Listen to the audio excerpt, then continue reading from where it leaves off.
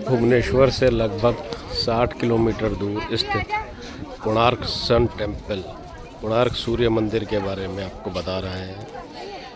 कोणार्क सूर्य मंदिर का निर्माण 1238 ईस्वी में महाराज राजा नरगज सिंह देव द्वारा शुरू किया गया और इसको बनाने में 12 साल लगे। 1250 ईस्वी में ये जाकर के मंदिर का निर्माण पूरा हुआ।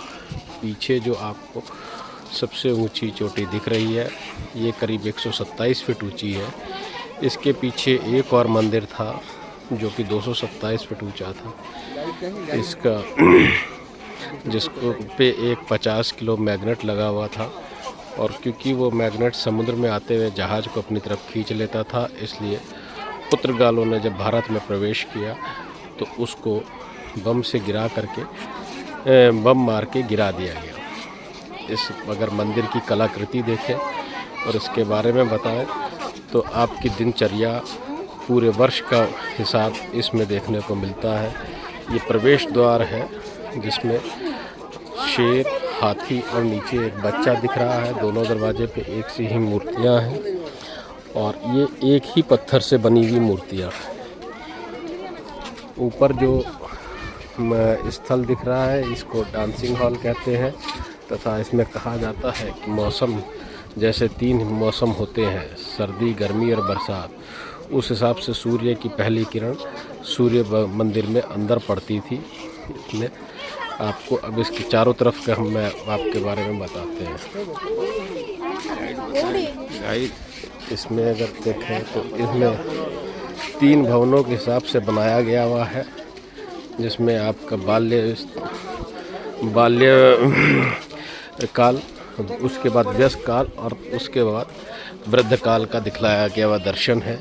यहाँ पे 126 नृत्य की मूर्तियाँ लगी। नर्तकिया की 126 तरह के जो भारत में नृत्य होते हैं उसकी मूर्तियाँ यहाँ पे बनाई गई हैं।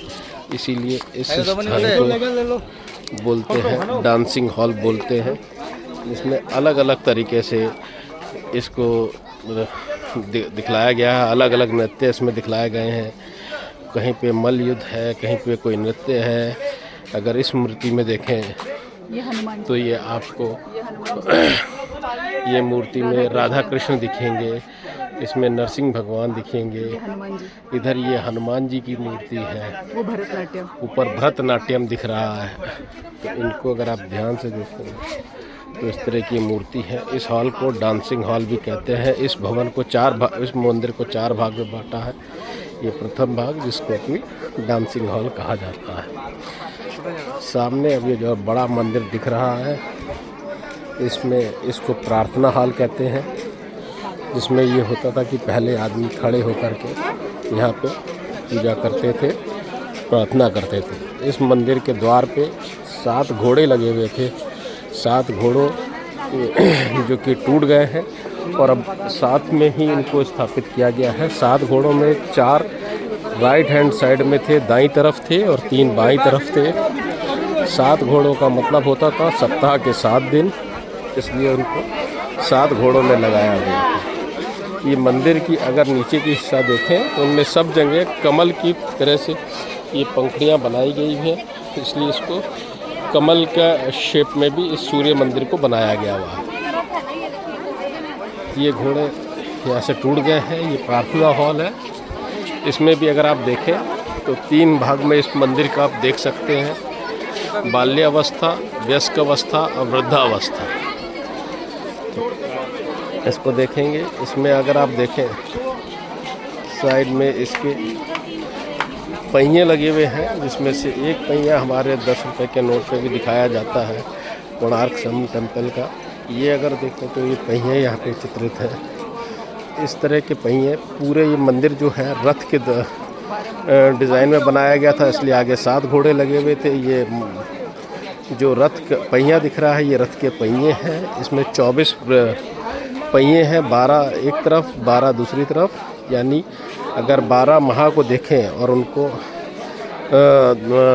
15-15 दिन में विभाजित करें तो उसके हिसाब से इसको अमावस्या और पूर्णिमा जो शुक्ल पक्ष और कृष्ण पक्ष के हिसाब से इन 12 पहियों को दर्शाया गया हुआ है। इन मूर्तियों के पहियों के डिज़ाइन भी ऐसे किए हैं कि जो बराबर आपको पंखुड़ियाँ दिख रही हैं, 8 स्पोक दिख रहे हैं। इसमें 8 स्पोक से मतलब होता है इसका कि 8 पहर है, और हर पहर ये 3-3 घंटे का एक पहर दिखलाया गया हुआ है जो उसमें है। उसके मध्य में जो वो है लाइनें बनी हुई हैं, वो 1.5 घंटे की बनाई हुई है। मंदिर में इन पहियों में अगर 2 स्पोक के बीच में देखेंगे तो अपने को नीचे ये 60 गोलियां दिखेंगी। 60 गोलियां जो दिखती है ये 3-3 मिनट के उस पे बनी हुई है। 3-3 मिनट यानी 180 मिनट, 3 घंटे का पहर होता है।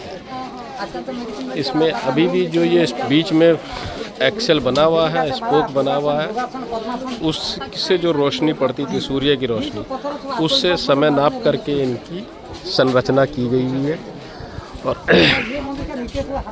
इसको बनाया गया। इसमें भी जो ये पहिए हैं, पहिए को भी प्रातःकाल और सायंकाल, सुबह से शाम तक और शाम से रात तक का उसको डिवाइड किया गया है और उसके हिसाब से इसको बनाया है कि सूर्य उठने के बाद उठते हैं तो अंगड़ाई लेते हैं, फिर नहाते हैं, फिर तैयार होके काम पे जाते हैं, फिर तैयार होते हैं, फिर अपना साय का मनोरंजन का रहता है। इस तरह अगर आप देखें तो ये मंदिर की पूरे आपकी जीवन रेखा के हिसाब से और उसको उस तरह से बनाया है। उस समय जबकि कोई साइंस इतना विकसित नहीं था, तब भी उस समय के लोगों ने अपने विज्ञान से और उससे बनाया है।